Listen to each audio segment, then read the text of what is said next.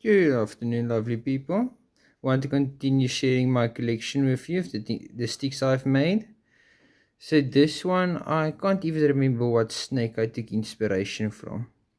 Personally, I've never been the biggest steak fan, but there was a steak hiding in this piece of wood, so we made a steak. Burned did a weird little scale idea from out of the head, so you can see it's definitely not as a real snake scale would look. And we played around with a little bit of carving here. I tried to take inspiration from burley wood.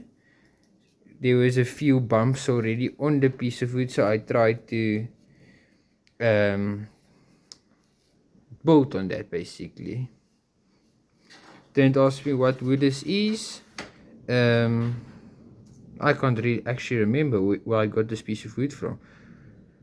I no idea. No. Hope you find it interesting. Have a good one. Peace be with you.